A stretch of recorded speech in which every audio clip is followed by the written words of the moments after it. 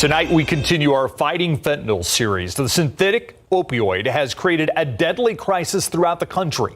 The National Institute on Drug Abuse says in 2021, more than 70,000 people died from overdosing on fentanyl. The drug is also affecting the way that local police departments do their work. Our Stephanie Jimenez visited Pearsall, where she spoke with the city's police chief.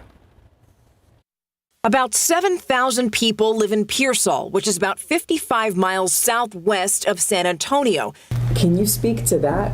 But Pearsall Police Chief Daniel Flores says lately, more of his officers are focusing on fighting and eliminating this drug, fentanyl. It's taking lives. We had 3 separate incidents on 4th of July weekend involving overdoses, which were later found out to be fentanyl related. And Chief Flores says fentanyl is unlike anything his officers have dealt with before. For reference, just a few grains of this stuff, 3 milligrams of fentanyl, is enough to kill an average adult male. So officers take precautions if they're near it. They come into contact or they come into a visible view of a powdery substance, which is what we have seen here in Pearsall to be laced with fentanyl, to take that precaution and to back away, to put on any protective equipment they may have, including gloves, masks. Officers are also prepared to jump into action if they encounter someone having a medical emergency. So they've all been trained on using Narcan, the medication that can stop an overdose. Some Pearsall officers are also getting another tool. We're in the process right now of ordering respirators for our officers, mainly the detectives who are going to be dealing with the incidents that occurred this past summer here in Pearsall. Chief Flores says he constantly thinks about the people who overdosed on fentanyl this summer. He hopes all the changes his department makes can save lives. At the end of the day, our job is to preserve life, and we want to do our best to do anything we can to do it. And unfortunately, we can't do everything, but hopefully speaking with you today, maybe the message will get out and bring some awareness. And Stephanie now joins us live here in the studio. And Steph, something that always strikes me about fentanyl is people take it a lot of times having no idea. They may be taking something else. It's laced with fentanyl, and there's no way to tell. Right. So this is, you could look at this 2 ways. There are people who are addicted to fentanyl, right? They're in a different category. But the ones that we're focusing on for now, just in these pieces that I've done this week, are kids and other people who take this drug not knowing what it is. It might be marked, they might be thinking that they're taking Adderall or or Xanax or something like that. And then it contains a little bit, just a small amount of fentanyl, and that's enough. Yeah, there's even been, we've reported on young adults who thought they were taking Adderall, but it was laced with fentanyl because they didn't get it over the counter. But just let's talk about, I mean, this is an important story, obviously, with the Fighting Fentanyl series you're doing and the KSAT Explains story that you did, Myra, as well. How potent is this stuff? I mean, we talk about how small, it takes. I mean, that's really the scariest part, is it not? Yes, it doesn't take much. Can we throw up that picture? Because we do have a graphic to show people so that they have some sort of a reference to this. Yeah, you see that? That right there. It's 50 times stronger than heroin, 100 times stronger than morphine. That's the stuff that the doctor gives you after you have surgery so that you're not in pain.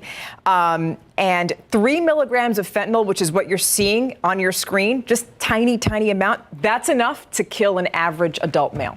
And that's something that when we went for that Explains piece we did on fentanyl last fall, we went up to the DEA lab in Dallas.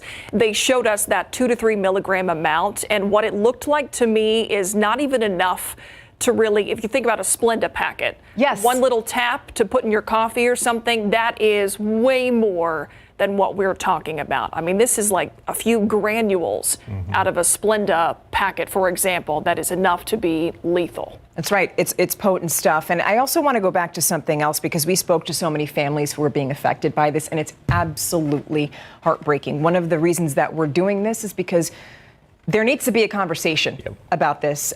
Lots of parents, maybe in our day, it was maybe different drugs that kids were experimenting with. But these are pills. And for some reason, some teens think, oh, it's just a pill.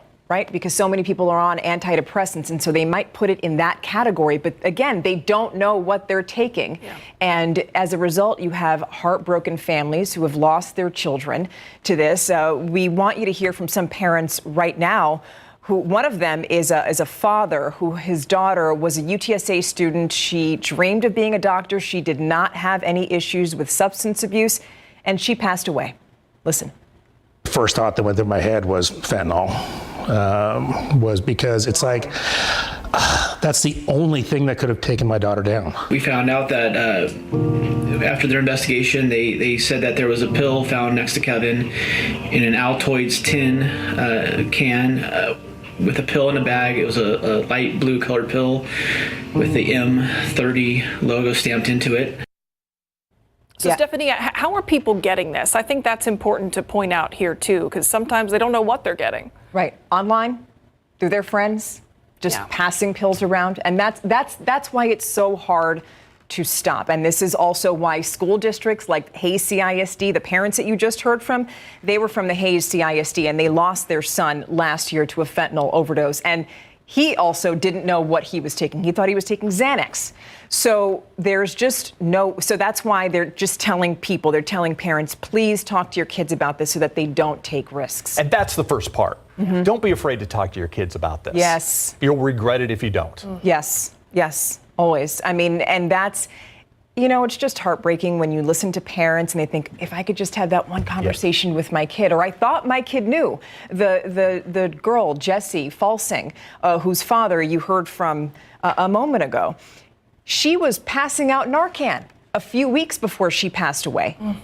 She tried to educate people about this stuff, and it killed her. Yeah.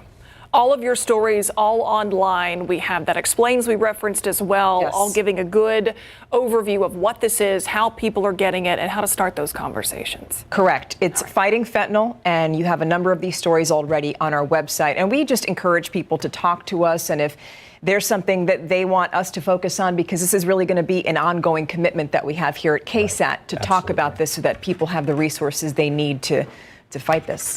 Finding the resources is often the hardest part, and we can help with that as well. Stephanie, thank you. Thanks. We'll be right back. Keep up to date with all of San Antonio's top news, weather, and so much more by clicking the like and subscribe buttons below. And once again, thanks for watching KSAT.